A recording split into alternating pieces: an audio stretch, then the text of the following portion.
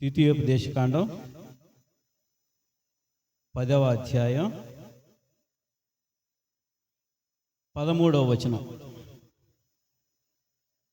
ద్వితీయోపదేశకాండం 10వ అధ్యాయం 13వ వచనం చదువుకుందాం.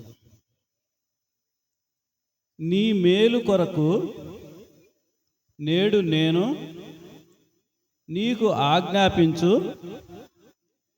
యెహోవా ఆజ్ఞలను కట్టడలను అనుసరించి నడుచుకొందునను మాట కాక నీ దేవుడైన యెహోవా నిన్ను మరి ఏమి అడుగుచున్నాడు. చాలు చాలు. చిన్న ప్రార్థన చేసుకుందాం. పరిశుద్ధుడా, మహాగణుడా, కృపగలిగిన మా యేసయ్యా, నీకు స్తుతి స్తోత్రాలు ప్రభువా. అయా, ఈ పునరుద్ధాన దినాన అయా నీ సన్నిధిలో ప్రభువా మేము నిలబడి ప్రభువా నీ వాక్యాన్ని వినటానికి ప్రభువా చెప్పటానికి ప్రభువా మీరు సహాయం చేశారు. అయా నాయనా, మేము నీ సన్నిధిలో వచ్చినప్పుడు ప్రభువా నీకు మహిమకరంగా ప్రభువా మేము మిమ్మల్ని ఎలా స్తుతించాలో ఎలా ఆరాధించాలో అనేటువంటి విషయాలు ప్రభువా మేము తెలుసుకోవటానికి సహాయం చేయండి.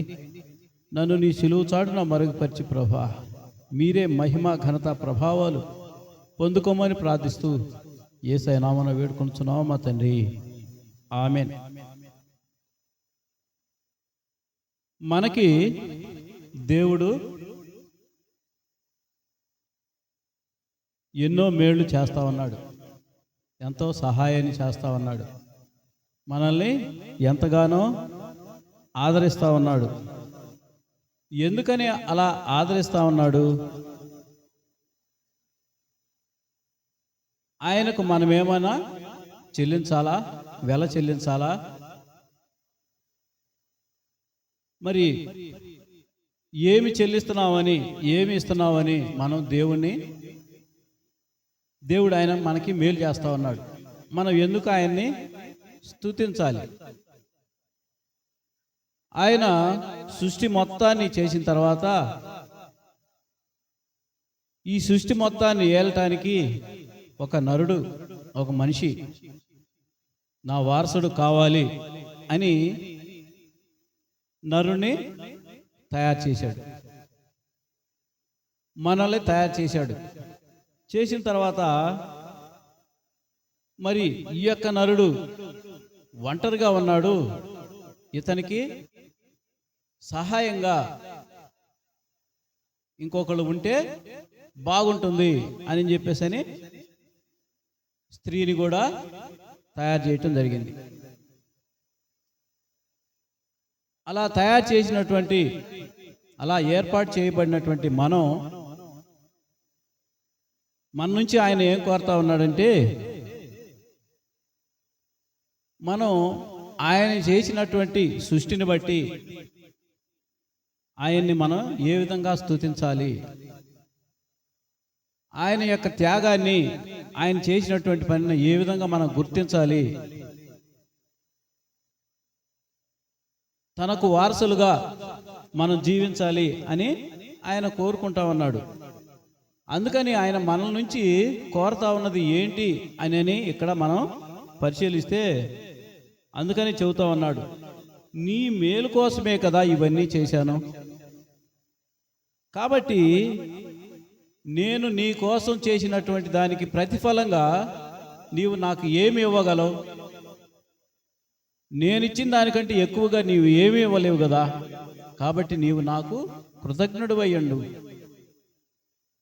నా మాట ప్రకారం నీవు నడు, నన్ను గౌరవించు, నన్ను మహింపరచు అని చెబుతూ నీకు ఆజ్ఞాపించేటువంటి ఈ యొక్క కట్టడలు కానీ ఆజ్ఞలు కానీ నువ్వు గౌరవించి దాన్ని స్వీకరిస్తే నీవు పతనం కాకుండా ఉంటావు, నీవు నశించిపోకుండా ఉంటావు, సాతానుకి చోటిచ్చిన వాడివి కాకుండా ఉంటావు. కాబట్టి నేను నీకు చెప్పేటువంటి ఆజ్ఞల మొత్తాన్ని నీవు పాటించు అని చెబుతా ఉన్నాడు. ఈ విధంగా చెప్పేటువంటి క్రమంలో ఈ ద్వితీయోపదేశ కాండంలోనే 8వ అధ్యాయం 10వ వచనంలో కూడా ఏం చెబుతున్నాడంటే, ఈ ద్వితీయోపదేశ కాండం 8వ అధ్యాయం 10వ వచనంలో, నీవు తిని తృప్తి పొంది నీ దేవుడైన యెహోవా నీకిచ్చిన మంచి దేశమును బట్టి ఆయన్ని స్తుతించాలి. నీవు తినటానికి నీ అక్కరలు మొత్తం తీర్చుతున్నటువంటి నన్ను నీవు ఏ విధంగా స్తుతించాలి?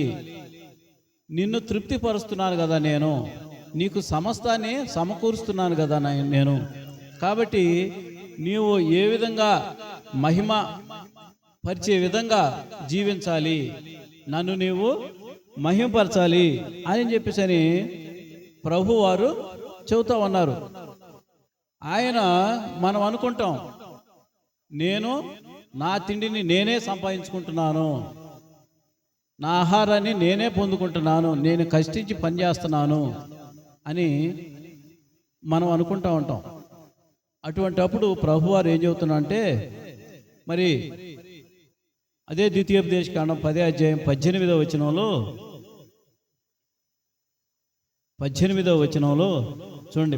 8వ అధ్యాయం 18వ వచనం, 8వ అధ్యాయం 18వ వచనం. కాగా నీ దేవుడైన యెహోవాను జ్ఞాపకము చేసుకొనవలెను, ఏలయనగా తాను నీ పితరులతో ప్రమాణము చేసినట్లు తన నిబంధనను నేటి వలె స్థాపించవలెనని మీరు భాగ్యము సంపాదించుకొనుటకై మీకు సామర్థ్యము కలుగు చేయువాడు ఆయనే. మనకి నీ అంతటా నీకుగా ఏ సామర్థ్యమో నీకు లేదు, నీకు రాదు. నీవు అనుకుంటావు అంటే, మనమంతా అనుకునే విషయం అదే. నేను కష్టపడి పనిచేస్తున్నాను, ఎంతో సంపాదించుకుంటున్నాను, నేను దేవుని సన్నిధికి వెళ్ళటం కంటే నా సంపాదనే చూసుకోవాలి, నా కుటుంబాన్ని పోషించుకోవాలి అని మనం అనుకుంటా ఉంటాం. అలాంటప్పుడు ప్రభు ఏం చెబుతున్నాడంటే, నువ్వు ఇవన్నీ సంపాదించుకోవటానికి, మీరు ఈ విధంగా ఇవన్నీ సంపాదించుకోవటానికి మీకు సామర్థ్యాన్ని ఇచ్చింది నేనే కదా, నీకు శక్తిని ఇచ్చింది నేనే కదా, నీకు నైపుణ్యాలను ఇచ్చింది నేనే కదా. మందిరం కట్టే సమయంలో కూడా బెసలేలా అనేటువంటి వాళ్ళకి కూడా ఆ మందిరంలో ఎటువంటి నిర్మాణాలు చేయాలి వాడికి సామర్థ్యం లేదు, వాళ్ళు ఎక్కడా నేర్చుకోవాలా. అయినా కానీ ప్రభు వారికి సామర్థ్యాన్ని ఇచ్చాడు, నైపుణ్యాలను ఇచ్చాడు. మనకు కూడా స్వతహాగా నేర్చుకోపోయినా కానీ కొన్ని నైపుణ్యాలు మనకి వస్తూ ఉంటాయి. ఆ నైపుణ్యాలను బట్టి మనం జీవనాన్ని సాగిస్తూ ఉంటాం. అలా సాగించే క్రమంలో ఇది నా గొప్పతనం. ప్రభు దేవుడు ఎవరు? దేవుడు కాదు నన్ను పోషిస్తుంది, నా యొక్క సామర్థ్యమే నన్ను పోషిస్తుంది అని చెప్పుకుంటాం. కానీ ప్రభు ఏమంటా ఉన్నాడు, నీకు నైపుణ్యాలు ఇచ్చినా నేనే ఇస్తాను, మీకు సామర్థ్యాన్ని కలుగు చేసినా నేనే చేస్తాను. ఎవరు తనంతట తానుగా సంపూర్ణ ఆరోగ్యంగా ఎవరైనా ఉండగలుగుతాం? మనం ఎవరు ఉండలేము. మరి నాకు సామర్థ్యం ఉందని మనం చెప్పుకున్నప్పుడు మనకు అనారోగ్యం వస్తే దాన్ని వెంటనే బాగు చేసుకునేటువంటి సామర్థ్యం మనకుందా? లేదు కదా. కాబట్టి మీకు సామర్థ్యాన్ని కలుగు చేస్తుంది నేనే అని చెబుతా ఉన్నాడు. కాబట్టి అదేవిధంగా ప్రభు అయిన యేసుక్రీస్తు వారు ఏమంటా ఉన్నారంటే, మీరు ఐగుప్తు నుంచి విడిచిపెట్టబడి అక్కడి నుంచి ఆ దాస్య గృహం నుంచి బయటికి వచ్చారు అంటే, కానాన్లో ప్రవేశించారు అంటే అది మీ గొప్పతనం కాదు. మీరు అనుకుంటారేమో మా నీతిని బట్టి, మా క్రియలను బట్టి, మా సామర్థ్యాన్ని బట్టి మీరు మేము ఐగుప్తు నుంచి బయటకు వచ్చాం అని మీరు అనుకుంటున్నారా? మీరు నీతిమంతులని అనుకుంటున్నారా? కాదు. ఒక విషయం చూద్దాం, చూడండి. ఇదే 8వ అధ్యాయంలో 9వ అధ్యాయంలో 9వ అధ్యాయం 4వ వచనం చూడండి. 9వ అధ్యాయం. నీ దేవుడైన యెహోవా నీ ఎదుట నుండి వారిని తోలివేసిన తరువాత నేను ఈ దేశమును స్వాధీనపరుచుకున్నట్లుగా యెహోవా నా నీతిని బట్టి నన్ను ప్రవేశపెట్టినని అనుకొనవద్దు. చాలా నా నీతిని బట్టి యెహోవా ఆ రాజుల మొత్తాన్ని పారద్రోలి నన్ను ఈ రాజ్యాన్ని ఆక్రమించుకునే విధంగా, స్వాధీనపరుచుకునే విధంగా చేశాడు అని నువ్వు అనుకుంటున్నావా? నీ యొక్క గొప్పతనం, నీ యొక్క సామర్థ్యం కాదు. ఎందుకంటే కేవలం ఇది నా కృప మాత్రమే. నీ యొక్క సామర్థ్యం ఏమీ లేదు. నేనే నీకు ఈ విధంగా వీటిని అప్పగించాను. ఇలా అప్పగించినటువంటి నేను నీ దగ్గర నుంచి తీసివేయటం కూడా నాకు సాధ్యమే. నా దగ్గర నుంచి నేను నిన్ను ఈ యొక్క శత్రు రాజులకి నువ్వు నా మాటలు విననప్పుడు వారికి అప్పగించేటువంటి క్రియలు కూడా నేను చేస్తాను. అప్పుడు నువ్వు ఏమనుకుంటావు? ఇది నా సామర్థ్యం అని నువ్వు అనుకోలేవు. నీ సామర్థ్యం ఏమీ పనిచేయదు అని చెబుతా ఏమన్నాడంటే, మీరు సంపాదించుకునే సామర్థ్యాన్ని నేను ఇచ్చాను, మీ నీతిని బట్టి కాదు, నా యొక్క కృపను బట్టే మీకు ఇక్కడ చేరేటువంటి అవకాశాన్ని నేను ఇచ్చాను. కాబట్టి అందుకని మీరేం చేయాలి? నేను ఏం చేయమని చెబుతున్నాను మిమ్మల్ని అని అడుగుతూ మళ్ళా మొదట వచ్చినని మనం చూస్తే, నీ మేలు కోసం నేను నీకు ఆజ్ఞాపించినటువంటి యెహోవా కట్టడలు మొత్తం ఆచరించయ్యా, వాటిని అనుసరించయ్యా అని చెప్పాను. నువ్వు బలాన్ని ఉపయోగించు, నీ ధనధాన్యాలు నాకు ఇవ్వు, నీ శక్తిని ప్రయోగించు అని చెప్పేసి నేను చెప్పట్లా. అందుకని చెప్పేసి నువ్వు ఎలా ఉండాలి? 12వ వచనం చూస్తే 10వ అధ్యాయం 12వ వచనంలో, కాబట్టి ఇశ్రాయేలు నీ దేవుడైన యెహోవాకు భయపడి ఆయన మార్గములన్నిటిలో నడుచుచు ఆయనను ప్రేమించి నీ దేవుడైన యెహోవాను నీ పూర్ణ మనసుతోనూ పూర్ణ ఆత్మతోనూ సేవించాలి. నువ్వు పూర్ణ మనసుతో పూర్ణ ఆత్మతో సేవించాలి. అలా సేవించినప్పుడే నీవు నాకు ఇష్టమైనటువంటి బిడ్డగా ఉంటావు. అంతేగాని నీవు నీ యొక్క సామర్థ్యాన్ని బట్టి నీవు గర్వించవద్దు అని చెబుతా. మత్తయి సువార్తలో కూడా దీనికి కొంచెం వివరం చెబుతాడు. 22వ అధ్యాయం 37వ వచనం చూడండి. మత్తయి సువార్త 22వ అధ్యాయం 37వ వచనంలో, అందుకు ఆయన నీ పూర్ణ హృదయంతోనూ నీ పూర్ణ ఆత్మతోనూ నీ పూర్ణ మనస్సుతోనూ నీ దేవుడైన ప్రభువును ప్రేమించాలి. నీవు చేయాల్సిన పని అదే. ఇదేమైనా కష్టమైన పనా? నీవు సృష్టిని చేయగలవా? ఆకాశ నక్షత్రాలను చేయగలవా? రాజుల మీద విజయాల్ని నువ్వు సాధించగలవా? దేవుడు ఎన్ని విధాలుగా యుద్ధాలు మనుషులతోటి పని లేకుండా ఆయనే కందిరీగల ద్వారా యుద్ధాలు చేశాడు, తర్వాత వడగండ్ల ద్వారా యుద్ధాలు చేశాడు. ఈ విధంగా రకరకాలుగా ఆయన చేసినప్పుడు నీవు ఏమి చేయగలిగావు? నీవు ఇలాగా చేయగలవా? నీకెంత సామర్థ్యం ఉందా? లేదు. కాబట్టి నువ్వేం చేయాలి? పూర్ణ మనసుతో, పూర్ణ ఆత్మతో, పూర్ణ శక్తితో, పూర్ణ వివేకంతో, అయ్యో ప్రభు నాకు ఇంత చేశాడే సహాయం, నేను ఏ విధంగా ప్రభువుని స్తుతించాలి, నేను ఏ విధంగా ఆరాధించాలి అని చెప్పేసి ప్రభు అడుగుతా ఉన్నాడు. ప్రభు చెప్పేటువంటి మాట ఏంటంటే, ఆరాధించటం అంటే, ప్రభువా నీవు నాకు ఈ మేలు చేశావు కాబట్టి నీకు స్తోత్రాలు అని చెబితే అది నీవు కృతజ్ఞతాపూర్వకంగా చెప్పినట్లుగానే ఉంటుంది.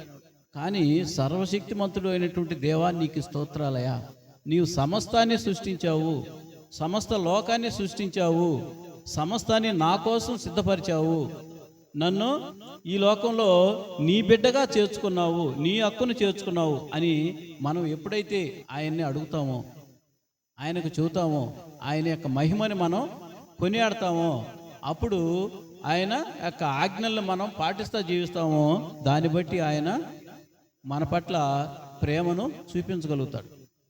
ఒక అభిమానం అనేది అంటే దేవునికి విధేయతంగా ఉండటం అంటే, ఇప్పుడు ఉదాహరణకి లోకరీతిగా మనం చూసుకుంటే, మనం కొంతమందిని రాజకీయ నాయకులు కానీ లేకపోతే కొంతమంది సినిమా నటులు కానీ కొంతమందిని మనం ఇష్టపడతా ఉంటాం.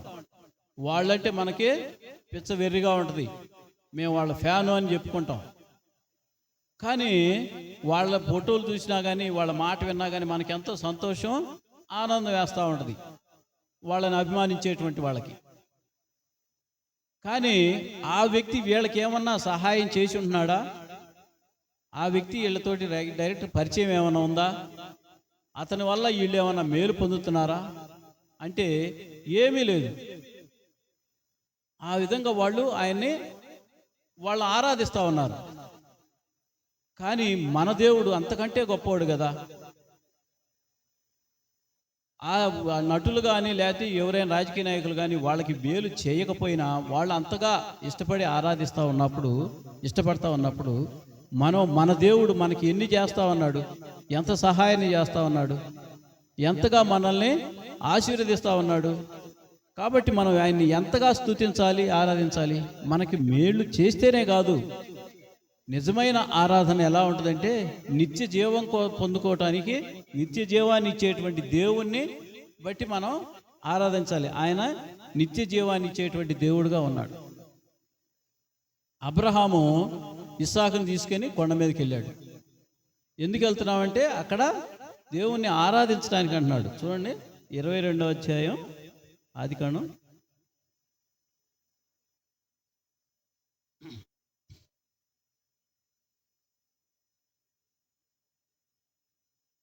ఆదికాండం 22వ అధ్యాయం 5వ వచనం. తన పనివారితో, మీరు గాడిదతో ఇక్కడనే ఉండండి, నేను ఈ చిన్నవాడును అక్కడికి వెళ్ళి దేవునికి మ్రొక్కి మరలా మీ వద్దకు వచ్చేదామని చెప్పి, అక్కడ ఈయన నిజమైనటువంటి ఆరాధన చేయటానికి వెళ్ళినట్లుగా మనం చూస్తాం. దేవునికి మొక్కటానికి వెళ్తా ఉన్నాడు. దేవుడేమో నేను అబ్రహాముకి సంతానాన్ని ఇచ్చాను, ఈ సంతానాన్ని పట్టుకొని అబ్రహాం ఏం చేస్తా ఉన్నాడు, నాకు దూరం అవుతా ఉన్నాడేమో, ఒకసారి పరిశీలించాలి. అబ్రహాముకి నిజమైన స్థానంలో నేను ముఖ్యంగా ఉండానా, కుమారుడు ముఖ్యంగా ఉన్నాడా అని పరిశీలించడానికి దేవుడు ఏం చేశాడు, నీకు ఒక్కగానొక్క కుమారుణ్ణి నాకు బలిగా ఇవ్వమన్నాడు.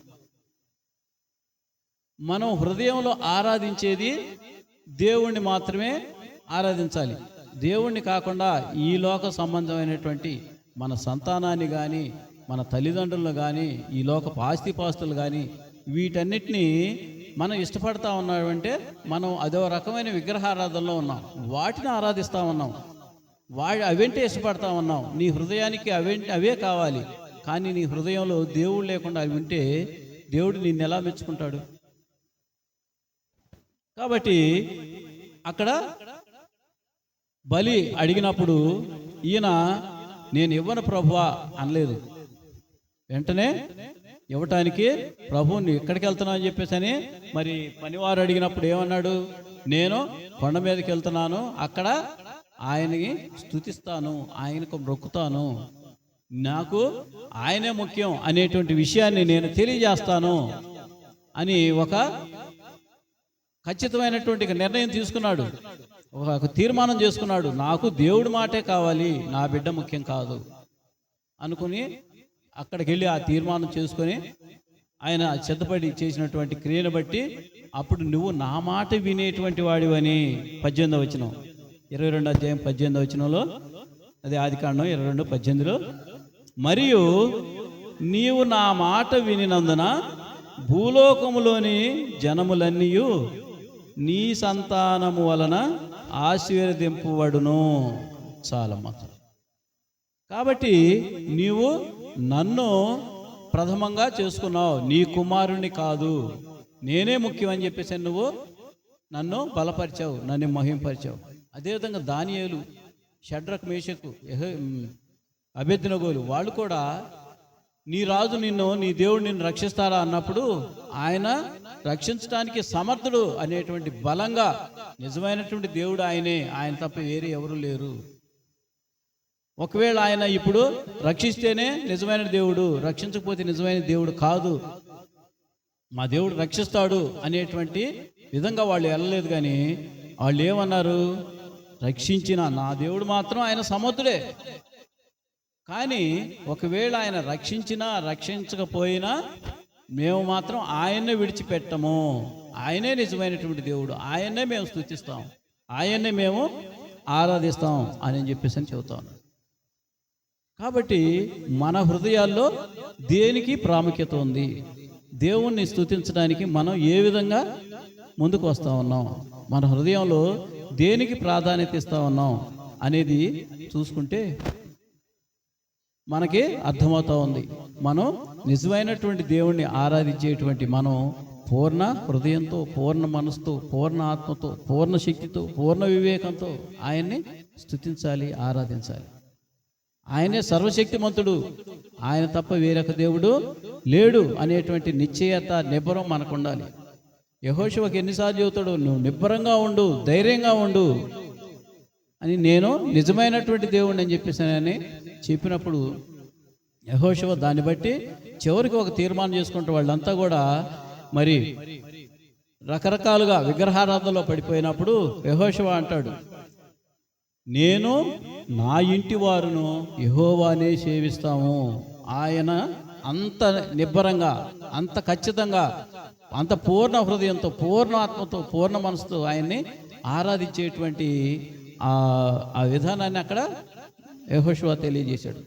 కాబట్టి మరి పేతురు గారు కూడా అంటూ ఉంటారు, ఏమంటారంటే మీ హృదయములందు క్రీస్తుని ప్రభువుగా ప్రతిష్ఠించుడి. మీ హృదయాల్లో క్రీస్తుని ప్రభువుగా ప్రతిష్ఠించుకోండి. మనకి రక్షకుడు ఆయనే, ఆయనే మనకి రాజు, మీ హృదయాలకి రాజు ఆయనే. మీ హృదయంలో వేరే వాళ్ళకి స్థానం ఇవ్వద్దు. నన్ను మించి మీరు మీ తండ్రినైనా, తల్లినైనా, భార్యనైనా, పిల్లలైనా ఎవరిని కూడా ప్రేమించకూడదు. అంటే భార్యని, పిల్లల్ని, తల్లిదండ్రులని ప్రేమించకూడదు, చూడకూడదని కాదు. నాకు స్థానం ఇవ్వాలి, నా తర్వాతనే వాళ్ళకి స్థానం. కాబట్టి ఆ విధంగా చేస్తున్నటువంటి దేవుణ్ణి మనం ఎంతగా స్తుతించాలి, ఎంతగా ఆరాధించాలి.